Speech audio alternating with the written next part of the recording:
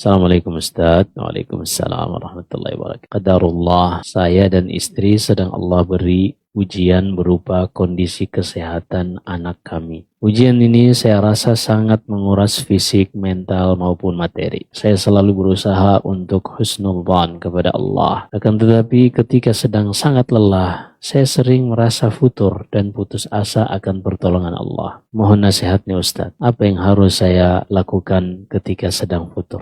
Mohon doa juga Ustaz untuk kesembuhan anak kami. Syafa'allah, syifaan ajilan, syifaan la yughadir saqama. Allah Subhanahu wa taala berfirman di 3 ayat terakhir surat Hud, kata Allah, "Kadzalika naqussu 'alaika min anba'ir rusul ma nuthabbitu bihi fu'adak." Demikianlah wahai Muhammad, kami ceritakan kepada engkau, kami kisahkan kepada engkau para rasul. Salah satu tujuannya ma nuthabbitu bihi fu'adak. Dengannya kami menguatkan hatimu di dalam menjalani kehidupan menghadapi segala ujian dari Allah Subhanahu wa taala.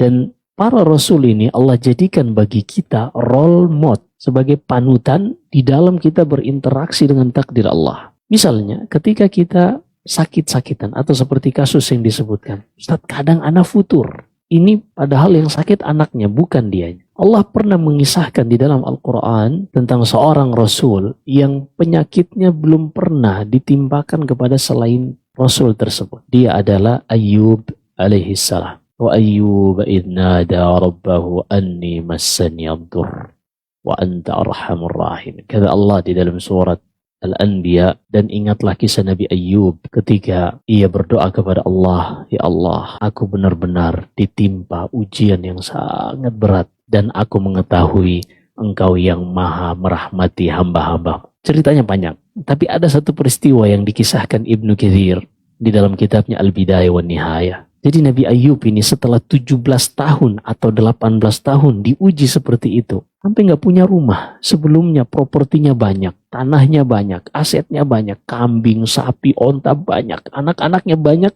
Langsung diambil semuanya dalam satu waktu. Anaknya meninggal semua. Hartanya lenyap semua. Asetnya hilang semuanya. Hingga akhirnya 17 tahun atau 18 tahun ia menjalani kehidupan, bukan cuma hartanya habis tapi badannya juga sakit-sakitan sampai kulit-kulitnya ini rontok. Istrinya pun ada kisah yang sangat sedih tapi kita ringkas.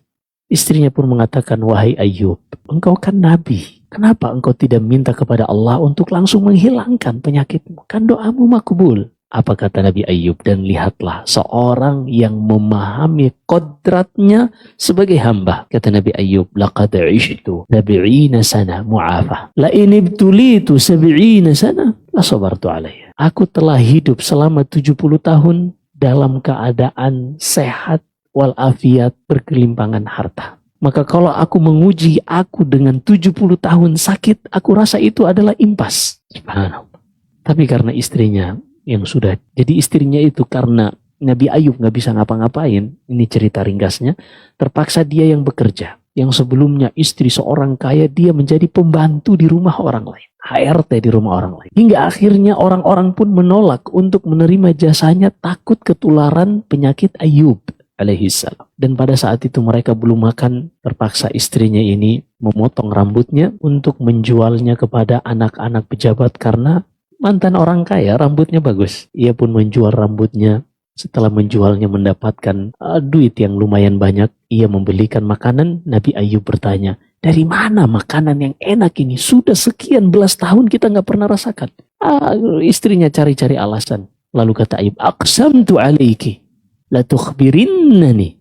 Aku bersumpah kepada Allah, engkau harus beritahukan kepadaku dari mana. Akhirnya istrinya menyingkap, tutup kepalanya. Nabi Ayyub melihat istrinya yang sudah gundul, ia pun mengatakan, "Kalau seandainya ujian ini pada diriku, aku akan siap sampai 70 tahun. Tapi karena ia melihat istrinya, ia pun berdoa kepada Allah, "Rabbi anni massani ad-dur wa anta arhamur rahim." Ya Allah, aku sudah ditimpakan penyakit ujian yang sangat berat dan aku mengetahui engkaulah yang paling luas rahmatnya. Allah pun menyembuhkan Ayyub alaihissalam dan mengembalikan hidupnya sebagaimana semula. Maka seorang kalau dia ingin menguatkan hatinya di dalam menghadapi ujian, hendaklah ia menjadi sebagaimana perintah Allah kepada Nabi Shallallahu Alaihi Wasallam untuk banyak membaca kisah para nabi dan rasul. Di antara kitab yang bagus adalah kitab yang ditulis Ibnu Katsir, Al-Bidayah wan Nihayah. Udah ada kayaknya terjemahan.